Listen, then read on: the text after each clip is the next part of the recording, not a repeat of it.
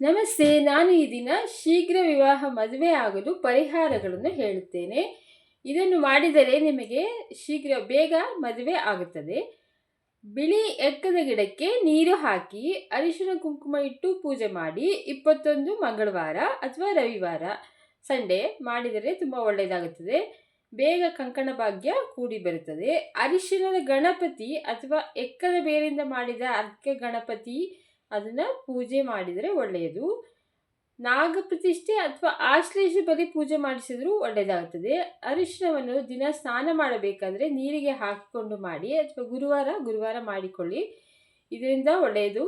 ಅರಳಿ ಅಥವಾ ಅಶ್ವತ್ಥ ವೃಕ್ಷ ಅಥವಾ ನಾಗರ ಕಲ್ಲಿಗೆ ಪೂಜೆ ಮಾಡುವುದರಿಂದ, ಅದಕ್ಕೆ ನೀರು ಹಾಲು ಅರಿಶಿಣ ಕುಂಕುಮ ಅರ್ಪಿಸುವುದರಿಂದ ಮತ್ತು ಅರಳಿ ಕಟ್ಟೆ 9 ಪ್ರದಕ್ಷಿಣೆ ಹಾಕುವುದರಿಂದ ಒಳ್ಳೆಯದಾಗುತ್ತದೆ. 5 ಏಲಕ್ಕಿಗೆ ರೋಸ್ ವಾಟರ್ ಅಥವಾ ಸೆಂಟನ್ನು ಅದನ್ನು ಸಿಂಪಡಿಸಿ ಪಿಂಕ್ ರೋಸ್ ಕಲರ್ ವಸ್ತ್ರದಲ್ಲಿ ಸುತ್ತಿ ಜೇಬಿನಲ್ಲಿ ಇಟ್ಟುಕೊಳ್ಳಿ ಅಥವಾ ಪರ್ಸಿನಲ್ಲಿ ಇಟ್ಟುಕೊಳ್ಳಿ. ನೀವು ಮಂತ್ರ ಜಪ ಮಾಡುವುದಾದರೆ ಓಂ ಗಂ ಹುಂ ತಂತ್ರಬಾಧ ನಿವಾರಣಾಯ ಶ್ರೀ ಗಣೇಶಾಯ ಸ್ವಾಹ, ಓಂ ಹಾಂ ಹಾಂ ಹೂಂ ಕಾರ್ಯಸಿದ್ಧಿಂ ಓಂ ನಮಃ, ಇದನ್ನು ಮಾಡಿದರೂ ಒಳ್ಳೆಯದಾಗುತ್ತದೆ. ದಿನ ನೀವು ಬರೆಯಬಹುದು ಅಥವಾ ಓದಬಹುದು, ಮಂತ್ರ ಪಠಿಸಬಹುದು.